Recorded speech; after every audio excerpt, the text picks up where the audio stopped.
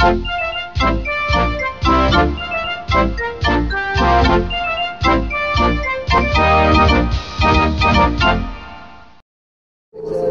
teman-teman, sekarang Nisa akan mewawancarai Bapak Suhartono Chandra dari Majalah Marketing. Langsung saja yuk kita mewawancaranya.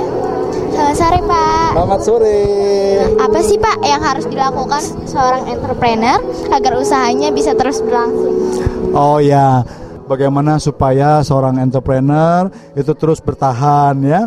Kalau modal dasarnya mungkin adik-adik ya itu sudah punya ya, tetapi tadi kakak cerita itu ada 10 hal sebenarnya, 10 hal. 5 hal itu masuk ke daerah yang disebut dengan demand atau yang buruk, dan 5 lagi ini yang masuk kelompok yang baik gitu ya. Nah tentunya kalau mau terus maju, terus bertahan, mencapai kesuksesan harus menghindari yang 5 yang buruk. Nah yang 5 buruk tadi itu kakak bilang itu dependent. Ya, orang sangat tergantung sama orang, sama keadaan. Nah itu nggak bagus ya. Kemudian yang kedua adalah egois. Egotisme itu juga nggak akan baik. Orang egois boleh bisa sukses tetapi tidak akan langgeng ya. Kemudian yang ketiga yang perlu dihindari itu adalah malevolent. Malevolent itu tadi dikatakan juga bahwa senang lihat orang lain susah, nggak peduli ya. Nah itu harus dihindari. Dan kemudian yang O-nya adalah obsolescent. Obsolescent itu sifat yang kuno. Kuno itu maksudnya apa? Nggak mau mengikuti perkembangan zaman. Ya, jadi kalau sekarang kayaknya udah sukses, nggak mau lagi belajar tentang hal-hal yang baru. Nah itu obsolescent. Dan yang kemudian yang kelima yang tidak baik itu adalah N, narcissistic. Itu maksudnya terlalu membanggakan kesuksesannya. Kenapa itu tidak bagus? Karena kalau kita terlalu membanggakan kesuksesan kita, kita menutup mata kita terhadap hal-hal yang lebih baik di luar kita.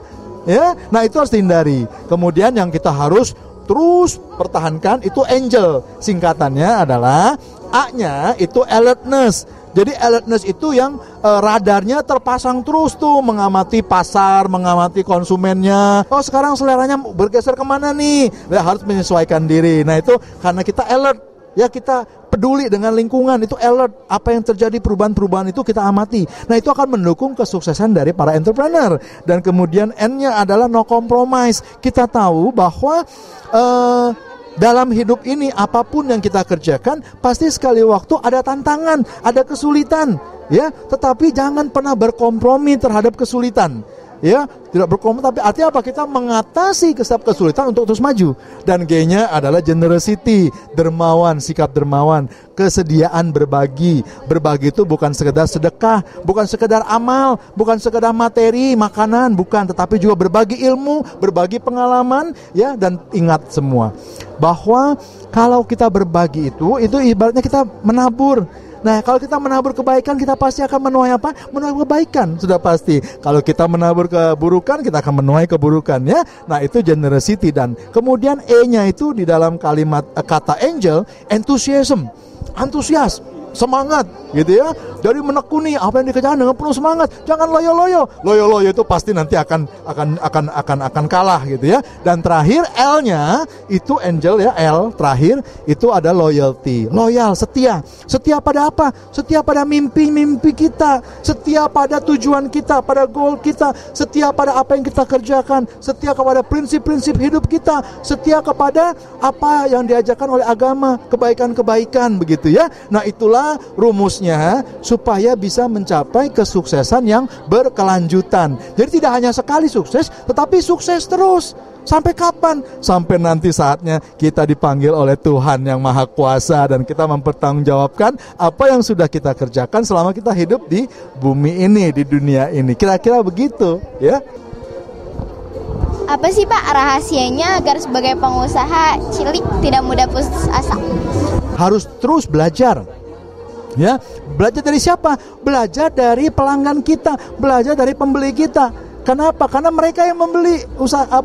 Kalau kita memproduksi sesuatu, kan mereka yang membeli. Jadi kita harus pelajari, gitu ya. Mau belajar terus gitu. Kemudian juga perkembangan zaman, ya kita memperhatikan dan lain sebagainya, begitu ya.